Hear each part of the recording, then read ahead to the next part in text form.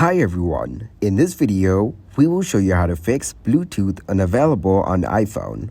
To fix the Bluetooth unavailable on iPhone, you need to open up the Settings application. Now scroll down in Settings and click on Bluetooth. From here, you will see that Bluetooth is unavailable to get connected with any other devices. After that, get back to Settings. And then scroll down in Settings and tap on General. Now from the General option, go to the Software Update. Make sure your iPhone is updated to its latest version. If you haven't installed the latest version, which is iOS 17, then install it right now to get along. Once you install it, your Bluetooth problem will be fixed automatically. If the issue persists and none of the above solutions work, it's recommended to contact Apple support or visit an Apple store for further assistance. Remember to try these steps one at a time and check your Bluetooth connection after each one to see if the issue has been resolved. If none of these solutions work, it's possible that there may be a hardware issue with your iPhone